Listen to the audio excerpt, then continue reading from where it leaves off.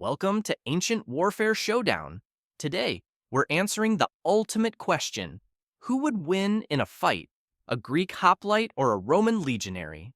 Two of history's most iconic warriors, separated by centuries, but united by their love of stabbing things. This isn't just a battle of weapons and armor. It's a clash of cultures, tactics, and empires. So grab some popcorn, because we're diving deep into the ancient world to settle this once and for all. Let's break it down. First up, the Greek hoplite. This guy is the original heavy infantry. Picture a human tank, but with more olive oil and a lot more philosophy. Hoplites were citizen soldiers, meaning they weren't full-time warriors.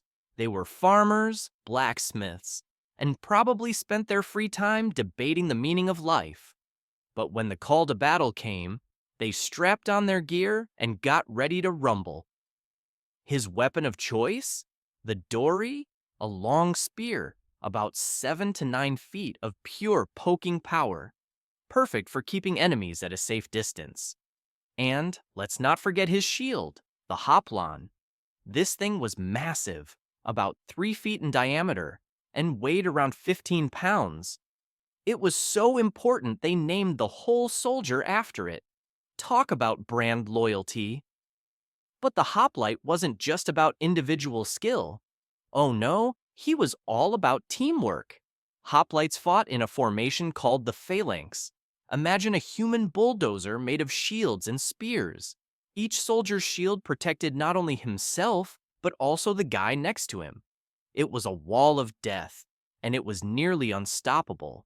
As long as the ground was flat, everyone stayed in line, and no one dropped their shield. If any of those things went wrong, well, let's just say it wasn't pretty. Now, let's meet the Roman legionary, the Swiss Army knife of ancient warfare. These guys weren't just soldiers, they were professionals. While the hoplite was a part-time warrior, the legionary was a full-time badass. He trained relentlessly, marched everywhere, and built roads and forts when he wasn't busy conquering the known world. His weapon? The gladius, a short, double-edged sword that was perfect for stabbing in close combat. It was light, fast, and deadly. And his shield, the scutum, was a rectangular beast that could cover most of his body. It wasn't just for defense either. Romans used it to bash enemies in the face. Talk about multitasking. But the real genius of the legionary was his flexibility. While the hoplite relied on the rigid phalanx, the legionary fought in smaller, more adaptable units called maniples. This allowed them to maneuver on the battlefield, flank enemies, and respond to threats on the fly. And let's not forget their secret weapon, the pilum. This was a heavy javelin designed to pierce shields and armor. Even if it didn't kill you, it would ruin your day by making your shield useless. Romans didn't just fight, they played mind games. All right, it's time for the ultimate showdown. Hoplite versus legionary, spear versus sword, olive oil versus wine. Who would win? Let's set the scene. Imagine a flat, open battlefield, perfect for the hoplite's phalanx. The hoplites lock shields, lower their spears, and start marching forward like an unstoppable wall of death. The legionaries, on the other hand, are calm and collected. They hurl their pila, and suddenly, the hoplites' shields are weighed down or even shattered. Chaos begins to creep into the phalanx. Now the legionaries close in, switching to their gladius swords. The hoplites try to keep them at bay with their spears, but in close quarters, the shorter, faster gladius has the advantage. The legionaries use their shields to bash and disrupt the hoplites' formation, while their superior training and flexibility allow them to exploit gaps in the phalanx.